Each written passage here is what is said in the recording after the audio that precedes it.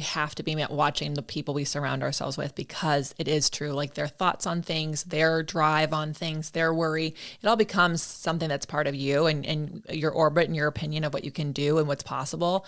And it's interesting. I find, easy for me. I moved out of high school. I moved right after high school, and then I moved after college. And so like, I've spent a life of creating friendships that fulfill my life. And if the place I lived is no longer fulfilling, I move, and some people come with me and some people don't. But I do find a lot of people have a hard time letting go of certain family members. Obviously it's family, and friendships that have been around for a long time. Is that something you had to learn how to let go of? Is that something you just like kind of figured out a way to like, what do you show there versus what you show other people? Like what is your method to making sure you can show up fully?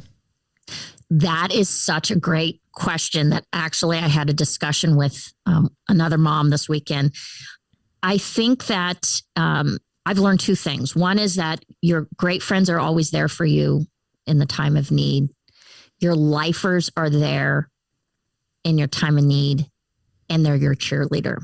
It's not always easy for people to be happy for success. Mm-hmm. And I've learned that, you do have those friends that they're just happy when things are going well. And they're the first ones to say, atta girl, and cheer you on.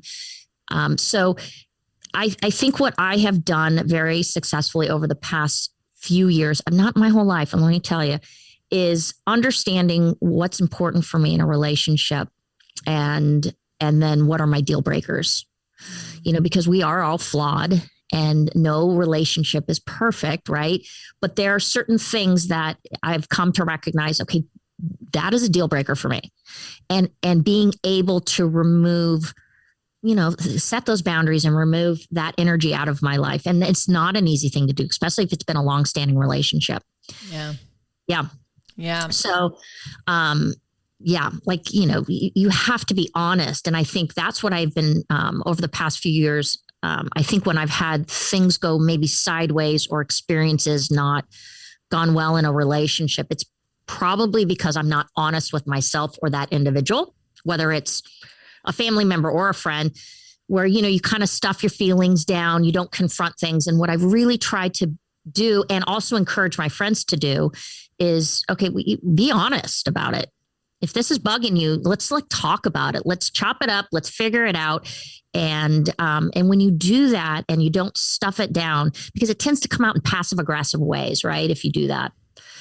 And so, so being honest is, for me, is number one. Yeah. And I think that requires like being honest with yourself. So I love that you talked about like getting to know like what matters to you and what your deal breakers are, because then it might be difficult to be honest with someone else if you're like unsure of why this is bothering you. So I do think some self-exploration and understanding and having those tough conversations. I think it's Tim Ferriss. We've talked about this before on the podcast, but like, your success is like correlated to the amount of tough conversations you'll have. And I don't think it's just success in business. I think it's success in life. Like if you're really wanting to have deep, meaningful relationships, there's going to be like actual conversations you have to have or share with someone to have that kind of closeness and make sure that they're on the same page as you when it comes to some things, because they might not even know that they're hurting your feelings because they didn't know that was a deal breaker for you.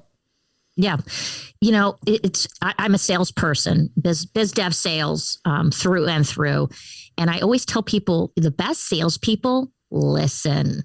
You know what I'm saying? Like we all assume that they're the talkers, the Jerry Maguires that work the room. And there is a little bit of that. But when you listen, and when you listen in relationships and you're an active listener, I think that it's a very, very powerful asset to have. So, I really try to listen to my friends and my family and take the step back and absorb. And, there's been we've been in such a crazy time in the world where I think we're so half-cocked and we judge and, but if you sit back and try to listen and then understand, you're going to have far more powerful and positive relationships with people. Yeah.